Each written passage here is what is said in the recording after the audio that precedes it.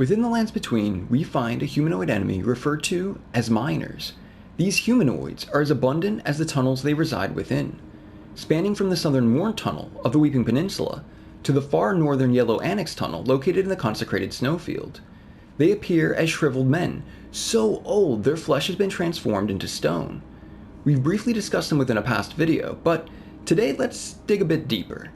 Mining is the extraction of valuable geological materials from the earth and other astronomical objects. Mining is required to obtain most materials that cannot be grown through agricultural processes. Since the beginning of civilization, people have used stone, clay, and later metals found close to the Earth's surface to make early tools and weapons. Miners in the lands between seem to be actively searching for smithing stones, while their crystallized variants additionally search for glintstone scraps. In Rea Lucari Academy, we find a large mechanical device used to gather large pieces of glintstone from the earth below. The device reminded me of a device found in the second volume of a work written by English scientist, physician, and alchemist Robert Flood. This image appears to be a mining machine, actively pulling up material from the Earth's interior into the light of day. These miners work tirelessly for their masters above. The term mine can hold different meanings within the English language. As a noun, it's a pit or excavation in the earth from which mineral substances are taken, but as a pronoun, it takes personal possession over something. The recent history of the lands between is compelled by the desires of the demigods, taking what they think belongs to them. A case of what is mine, seizing and controlling territories through warfare and bloodshed. To aid in this warfare, they needed armies and soldiers utilizing powerful weapons, which is most likely why they search for the smithing stones, as smithing stones are used to power up weapons through the practice of smithing. Some believe that the miners could be the ancestors of onyx or alabaster lords, due to their similar features, such as their slender figure, stone skin, long necks, and white hair. This idea elicits a bit of a theorized history involving the alabaster lords becoming subjugated by another more dominant group, possibly the Golden Order, and then being forced to work in the mines. What could their stone skin reference? In-game, it may be used to show how long they've been underground, hard at work, but it could also be connected to the harsh consequences of unsafe mining practices in our reality. Miners are exposed to many potentially harmful agents, including fuels, solvents, chemicals, coal dust, silica dust, asbestos, metal dust, or even poisonous plants.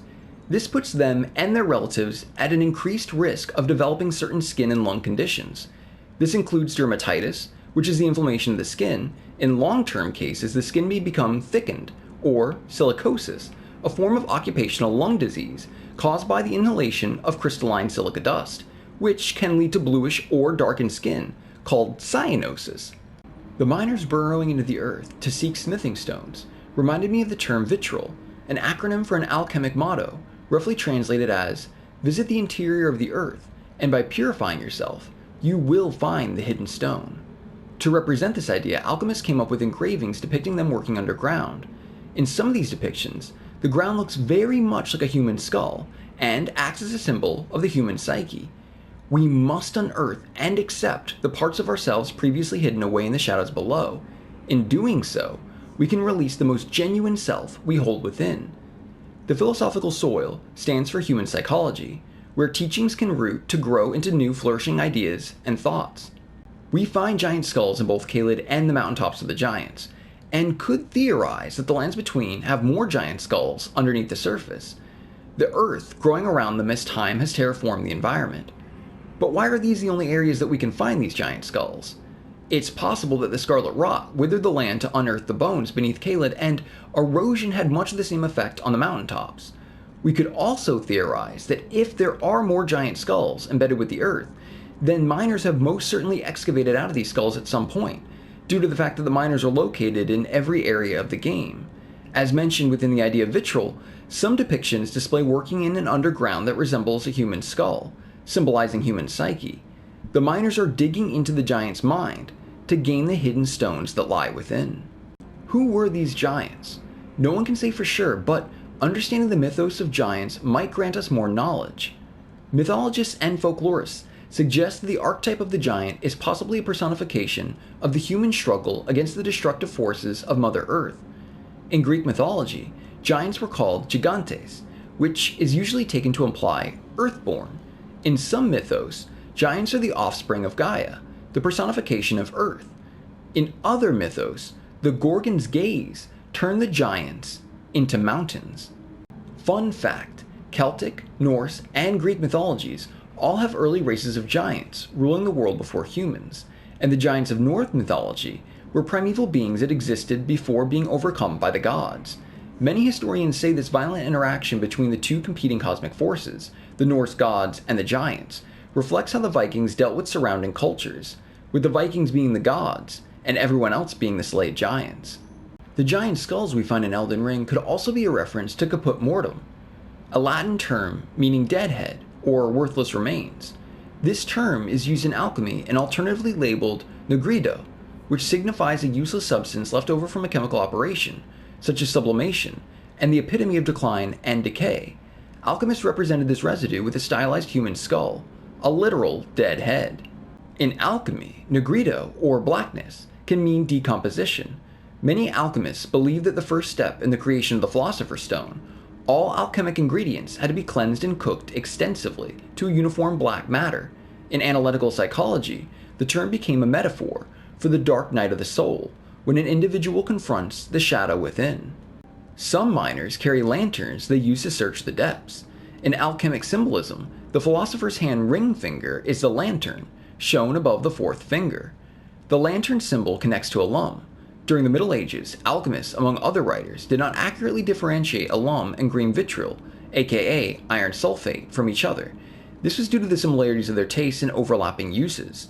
Today, iron sulfate is sold as ferrous sulfate, a soil amendment for lowering the pH of a high alkaline soil so that plants can have access to the soil's nutrients. Side note, speaking of lanterns, there is a philosopher named Diogenes, one of the founders of Cynicism, who would carry a lamp during the day, claiming to be looking for an honest man, the message being that society was morally corrupt and confused. The principle of a corrupted land can be seen throughout the lands between. Diogenes begged for a living and often slept in a large ceramic jar. As such, he declared himself a cosmopolitan and a citizen of the world, rather than claiming allegiance to just one place. According to one story, he went to the oracle at Delphi to ask for her advice and was told that he should deface the currency. He decided that the oracle meant that he should deface the political currency rather than of actual coins. He then traveled to Athens and made it his life's goal to challenge established customs and values. The idea mentioned earlier of visiting the interior of the earth to find the hidden stone is referencing the Philosopher's Stone. Some believe this stone to be physical, others say it's a metaphor. The Philosopher's Stone, in truth, is you, your soul.